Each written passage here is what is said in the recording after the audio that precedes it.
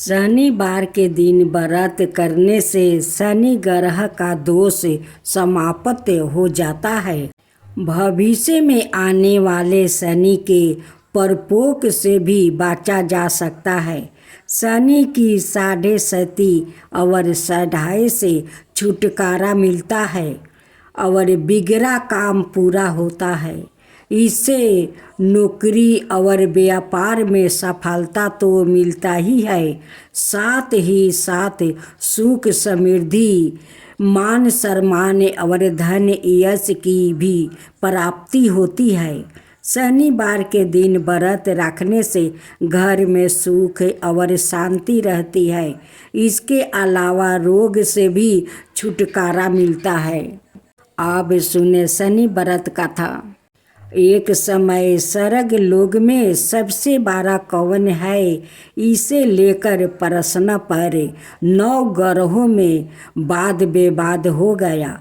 विवाद इतना बढ़ा कि परस्पर भयंकर युद्ध की स्थिति बन गई। निर्णय के लिए सभी देवता देवराज इंद्र के पास पहुँचे और बोले, हे देवराज, आपको निर्णय करना होगा कि हम में से सबसे बड़ा कौन है। देवताओं का प्रश्न सुनकर देवराज इंद्र उलझन में पड़ गया। इंद्र बोले, मैं इस प्रश्न का उत्तर देने में असमर्थ हूँ। हम सभी पृथ्वी लोक में उज्जैनी नगरी में राजा विक्रमादित्य के पास चलते हैं। देवराज इंद्र सहित सभी ग्रह देवता उज्जैनी नगरी पहुँचे। महल में पहुंचकर जब देवताओं ने उससे अपना प्रश्न पूछा तो राजा विक्रमादित्य भी कुछ देर के लिए परेशान हो उठे, क्योंकि सभी देवता अपनी अपनी शक्तियों के कारण महान था। किसी को भी छोटा या बड़ा कह देने से उनके क्रोध के प्रकोप से भयंकर हानि पहुंच सकती है। अचानक राजा विक्रमादित्य को एक उपाय सूझा और उसने विभिन्न धातुओं, स्वर्ण, रजत, चांदी, कांसा, तांबा, शीशा, रंगा, जस्ता, अबरक, लोहे के 9 आसन बनवाया। धातुओं के गुणों के अनुसार सभी आसनों को एक दूसरे के पीछे रखवा कर उन्होंने देवताओं को अपने अपने सिंहासन पर बैठने को कहा। देवताओं के बैठने के बाद राजा विक्रमादित्य ने कहा, आपके निर्णय तो सवाय हो गया। जो सबसे पहले सिंहासन पर विराजमान है वही सबसे बड़ा है। राजा विक्रमादित्य के निर्णय को सुनकर शनि देवता ने सबसे पीछे आसन पर बैठने के कारण अपने को छोटा जानकर क्रोधित होकर कहा, राजा विक्रमादित्य, तुमने मुझे सबसे पीछे बैठाकर मेरा अपमान किया है। तुम मेरी शक्तियों से पराजित नहीं हो।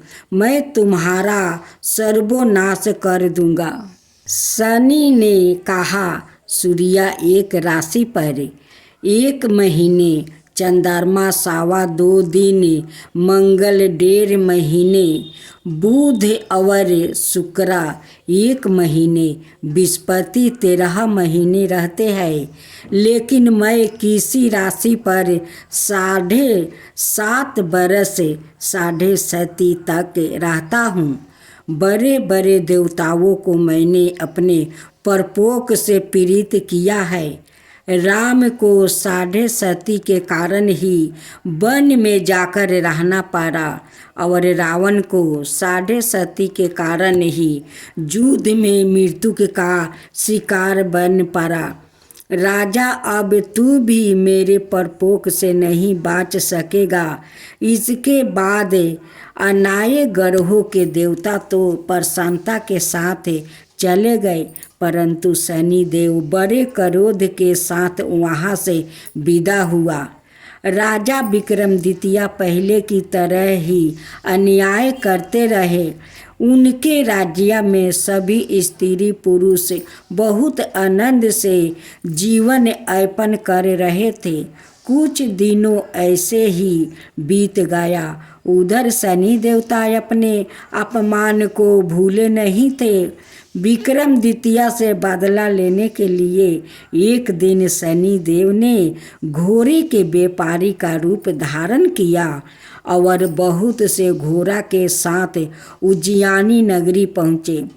राजा विक्रमादित्य ने राज्य में किसी घोड़े के व्यापारी के आने का समाचार सुना तो अपने अश्वपाल को कुछ घोड़े खरीदने के लिए भेजा। घोड़े बहुत कीमती थे। अश्वपाल ने जब वापस लौट कर इस संबंध में बताया तो राजा विक्रमादित्य सवाई आकर एक सुंदर शक्तिशाली घोड़े को पसंद किया। घोड़े की चाल देखने के लिए राजा उसे घोड़ा पर सवार हुआ तो वो घोड़ा बिजली की गति से दौड़ पड़ा। तेजी से दौड़ता घोड़ा राजा को दूर एक जंगल में ले गया और फिर राजा को वहाँ गिराकर जंगल में कहीं गायब हो गया। राजा अपने नगर को लौटने के लिए जंगल में भटकने लगा, लेकिन उन्हें लौटने का कोई रास्ता नहीं मिला। राजा को भूख प्यास लग आई। बहुत घूमने पर उसने एक चरवाहा मिला। राजा ने उससे पानी मांगा। पानी पीकर राजा ने उस चरवाहा को अपनी औंठी दे दिया। फिर उसे रास्ता पूछ कर वो जंगल से निकलकर पास के नगर में पहुंचा। राजा ने एक सेठ की दुकान पर बैठकर कुछ देर आराम किया। उसे सेठ ने राजा से बातचीत की तो राजा ने उसे बताया कि मैं उज्जैनी नगरी से आया हूँ। राजा के कुछ देर दुकान पर बैठने से सेठ जी की बहुत बिक्री हुई।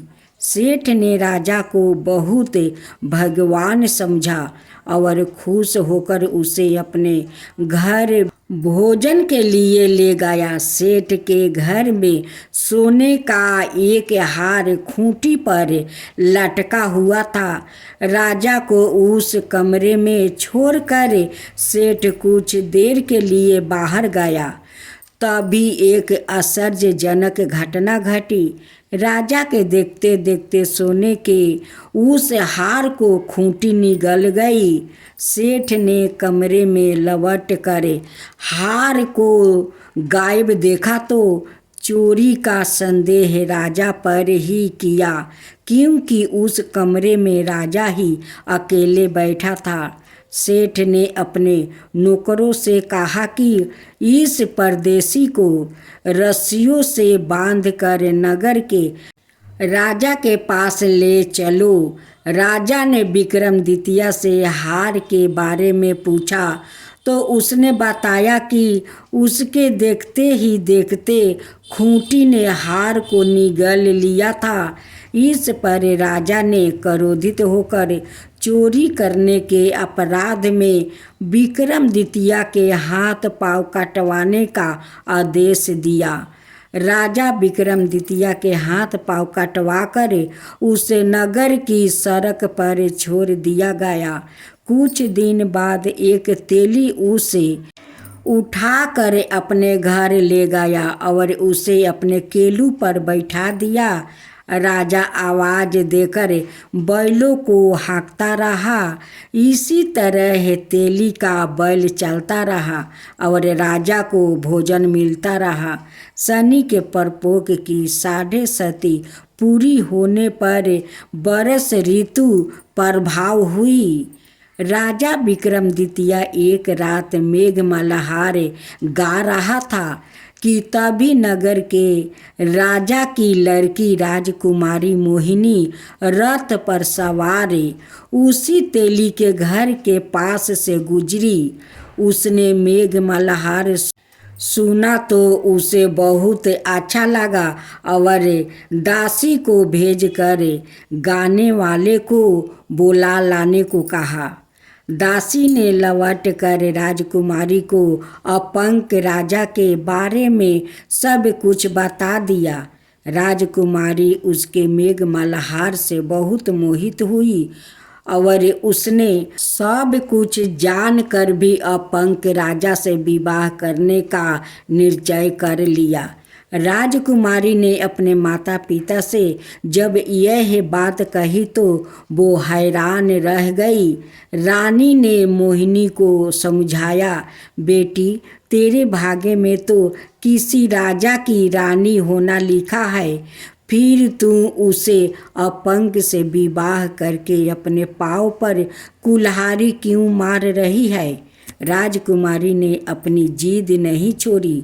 अपनी जिद पूरी करने के लिए उसने भोजन करना छोड़ दिया और परण त्याग देने का निश्चय कर लिया। आखिर राजा रानी को बेबस होकर अपंग विक्रमादित्य से राजकुमारी का विवाह करना पड़ा। विवाह के बाद राजा विक्रमादित्य और राजकुमारी तेली के घर में रहने लगे। उसी रात सपने में शनिदेव ने राजा से कहा, राजा तुमने मेरा परपोक देख लिया, मैंने तुम्हें अपना अपमान का दंड दे दिया है। राजा ने शनिदेव से क्षमा करने को कहा और प्रार्थना की, हे शनिदेव आपने जितना दुख मुझे दिया है अनाय किसी को ना देना। शनिदेव ने कुछ सोचकर कहा, राजा मैं तुम्हारी प्रार्थना स्वीकार करता हूँ। जो कोई स्त्री पुरुष मेरी पूजा करेगा, शनिवार को व्रत करके मेरी व्रत कथा सुनेगा, उस पर मेरी अनुकंपा बनी रहेगी। प्रातः काल राजा विक्रमादित्य की नींद खुली तो अपने हाथ पाँव देख कर राजा को बहुत खुशी हुई। उसने मन ही मन शनिदेव को प्रणाम किया। राजकुमारी भी राजा के हाथ पाँव सही सलामत देखकर आश्चर्य में डूब गई। तब राजा विक्रमादित्य ने अपना परिचय देते हुए शनिदेव के परपोक की सारी कहानी सुनाई।